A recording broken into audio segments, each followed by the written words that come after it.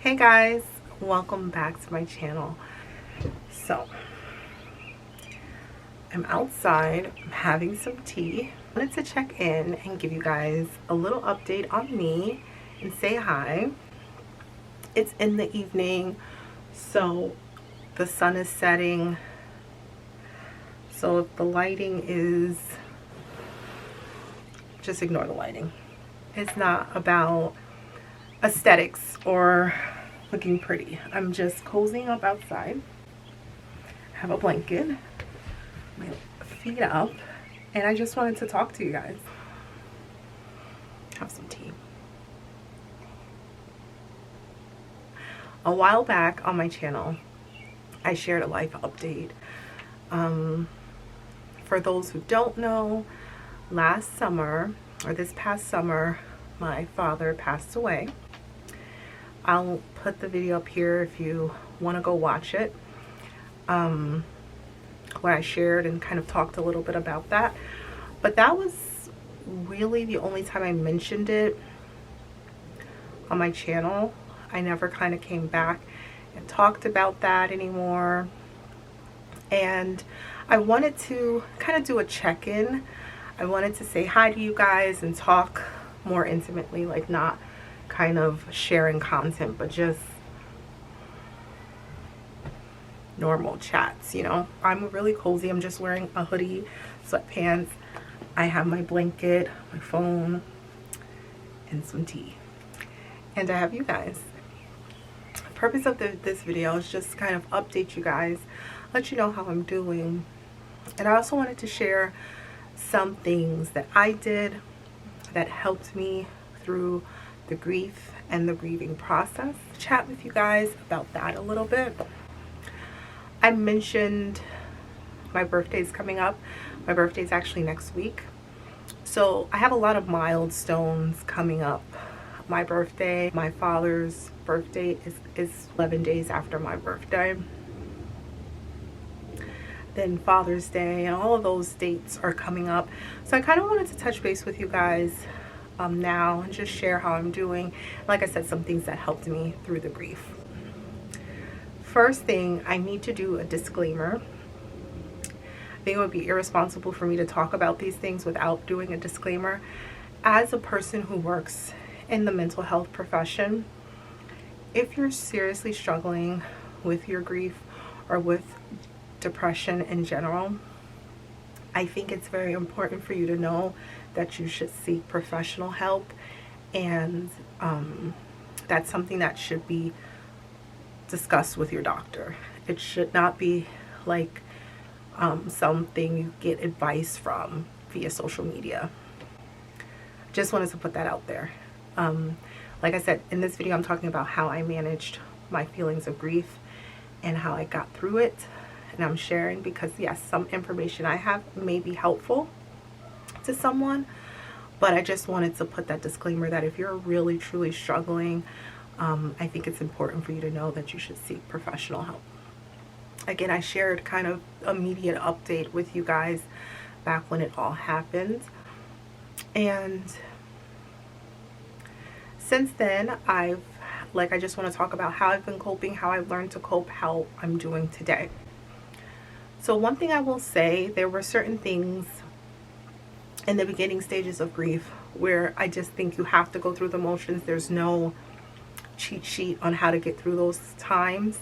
I think it's important to understand, like, the way grief works, it does come in waves, and then on top of that, there's certain triggers that you have, like things that you don't even think of. You could hear a song, like you could be doing totally okay and going about your day, and something can trigger you. It could be a song, it could be someone's comment, like something someone always said to you. Like, so many things could be triggers, and I experienced that in the first few months. A lot of things that I didn't even, realize triggered my grief. That there's no timeline. Like, my grieving process will be totally different from the next person. I'm talking in the spans of months how I handle it. Someone may feel totally different a few days or a few weeks out. First thing I want to say is, when talking about grief, and loss. You know, death and dying is something that is a completely natural part of our lives. And we all are going to go through this at some point. We're all going to lose someone near and dear to us, and we'll have to grieve that loss. And I found when I kind of reminded myself of that, because a lot of times you're comforted just knowing you're not going through something on your own, or you're not the only one who's experienced this. So just kind of reminding myself of that fact, that this is something everyone deals with and everyone will deal with, it definitely eliminates that feeling of you're alone or no one else understands, because everyone, again, will be in that position. I think it takes some of the power away from the grief, if that makes sense, in having that outlook, having that mentality about loss. It definitely does, not saying it minimizes the pain, but it definitely takes some of the power away from the grief. So I wanted to kind of start with that, because that's something that I myself reflected on and learned, or reflected on and kind of, like I said, took note of during my grief. So that's one thing. Another thing that I found that was helpful for me was getting into a new routine, starting a new hobby, doing something new in your routine, changing up your routine, having something new that you have something to look forward to.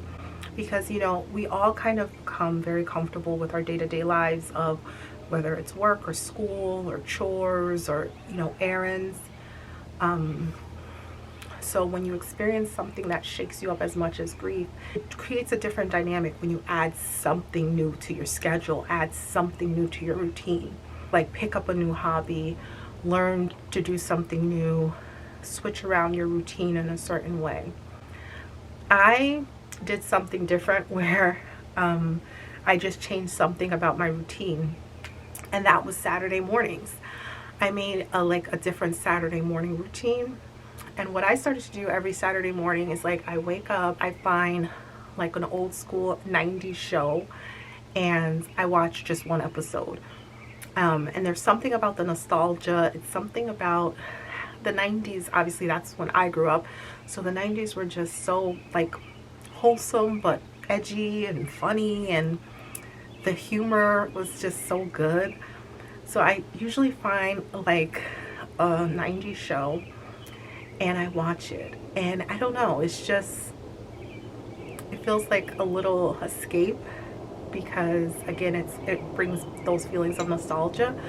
But you know, usually I'm watching something funny, so it kind of gets me in a humorous, fun mood for the day. And that's how I start my Saturdays. And I start to look forward to Saturday mornings, because I'll, even in the week, like if I find a new show or a new episode of something that I want to watch, 90s like comedy, I'll purposely like say to myself, I'm going to watch it Saturday. I'll hold it for Saturday, and it gives me that anticipation. So that's my Saturday morning routine. Super simple. Again, is a new routine, something I did not do before, and now I look forward to that. And it's interesting, because I think when you create a new routine or a new schedule, it truly does create that anticipation, that positive, like you look forward to that time. And yet, because it's something new that you did not do maybe prior to the loss, it's very unlikely that whatever this activity is going to include will trigger your grief, because it's not involving that person whom you're grieving. It's something that you're starting new. So think about it as like a hobby. Like even if you take up a new sport or learn something new, this is totally new to you, and in that aspect it won't involve those feelings of loss. So I found that to be very helpful. I mean, mine, I guess, is kind of tricky, because I'm doing 90s comedy, where I guess thinking and the nostalgia is what kind of gives me that comfort and excitement for the day, and like I said, the 90s humor, but it doesn't trigger my grief. It has never triggered my grief. It's just been a really pleasant new routine I've started. I recommend starting a new routine, new hobby, doing something new, incorporating something new. So next, lifestyle choices.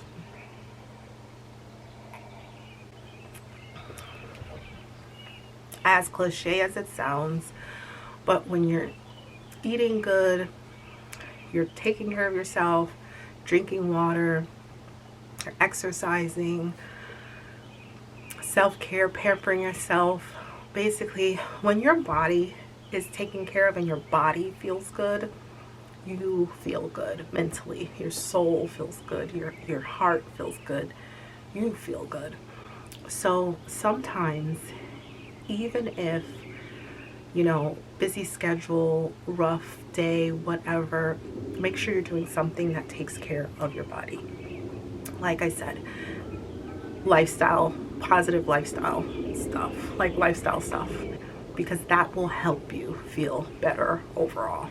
We've all been there where we've made poor lifestyle choices based on how we felt, and then it never helps you feel better. It never helps you feel better. So next, this is a major one. When you know there's going to be some day that's going to be difficult, whether it's a holiday, someone's birthday, an anniversary, any kind of special day. At first I didn't know how to deal with that. I would just take it as tomorrow's going to suck, tomorrow's going to be rough, it's going to be a bad day.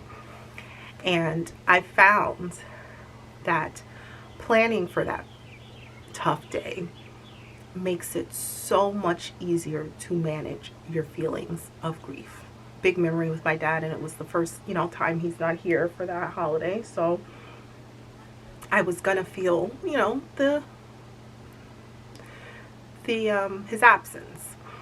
So it's like, how could I proactively address that so that the day not only is I'm okay throughout the day, but I'm honoring him, honoring his memory, and I'm feeling positive about it. So I find the best way to do that is to plan. Just plan what you're going to do so you're not feeling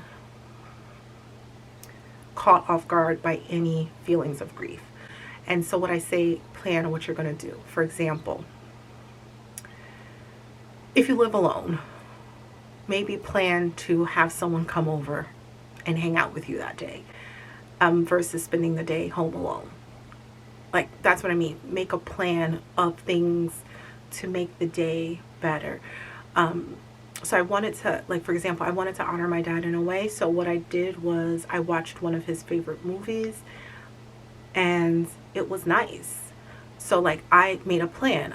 I figured out, okay, I'm going to do this in the morning. I'm going to do these things. I'm going to visit with this person, and then I'm going to watch this movie. And before I knew it, the day had passed me by, and I did everything I had planned to do, and I felt okay. I was in control, not only in control of the grief, I was ahead of the grief. I didn't let the grief catch me off guard because I had a plan on how to deal with that difficult day. So have a plan. Because there's days you're going to know when they're coming up. Like I said, an anniversary, a birthday, a holiday, something like that, where you know that day's going to be triggering. Make a plan for yourself, and it'll help you get through it. I started taking these dietary supplement, but they're gummies. They're by Olly. You guys can see. And they're called Hello Happy Gummy Worms for an upbeat mood. And it has vitamin D and saffron. So it says sunny side up. These wiggly little guys deliver a delightful dose of cheer to help you feel upbeat. The star of the show, highly prized saffron, coveted for its powerful mood balancing properties. I did not know that. It says saffron, the total super spice. This plant powered wonder helps boost serotonin for those feel good vibes It's one of the most valuable spices on the planet and has been harvested by hand for centuries. And then vitamin D, Happy Moods Bestie.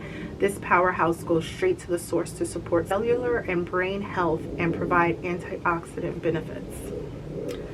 And yeah, I was buying like my multivitamins and I saw this Hello Happy. And I was like, you know, I'm gonna try it. And they look like this. They're like little gummies. I have one. And so I tried it. When I first started it, I had absolutely no expectation of it doing anything. I just wanted to see if I noticed a difference or whatever. I incorporated it into, like I said, my supplements and vitamins, and I just noticed I kept feeling like I have a good day. I had a good day today. Like, I do keep a journal, and I was noticing like all my journal entries were positive ones. I was always like in a better mood and feeling good, feeling energetic. I said this to my friend and I was like, oh my goodness, I feel great. I can't tell you the last time I felt this great.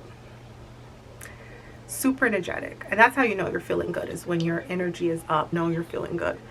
So anything else at that time, I mean, yes, time has been moving on. So I do contribute kind of like my mood booster and kind of helping me really getting over the hump to the supplement. And I think there are other supplements involving saffron. Saffron is wonderful. Definitely read up on it. Really helps a lot. And it works for me. So I get this at Target, and I'll put it down below if you guys want to read some more about it. So that's one other thing that I did. This thing I want to share with you guys with managing grief is do not cancel things. Do not cancel things. Group you participate in, a club you go to, you know, girls' night, a brunch, a weekly brunch, a weekly girls' night, meeting up with friends, certain outings. You know, we all have like our social calendars. That's what I mean. Don't cross anything off of your social calendars because of the grief. Like I said, I know early on it can be like just doing your best to get through it. But kind of once time has passed, I think the best way to get back to normal is to do what you normally would be doing too. So if you have, like I said, a weekly meetup with friends, stick to that. Like, keep those commitments. If you have your gym day, your yoga class, whatever it is that's part of your schedule or routine, don't stop anything. Do your best to keep up with your schedule. Because that helps as well, just to maintain, because whatever you already have built into your routine and schedule were things that probably brought you joy, things that you enjoyed, things you love doing. So don't stop that because of the grief. Just keep going. That's a good place to end this video, guys. That's my update. Thank you guys so much for watching. I also wanted to thank you guys for all your comments, kind words, messages I've received over this time. It's been very, very helpful and very nice. So thank you. Thank you guys so much for everything and for watching.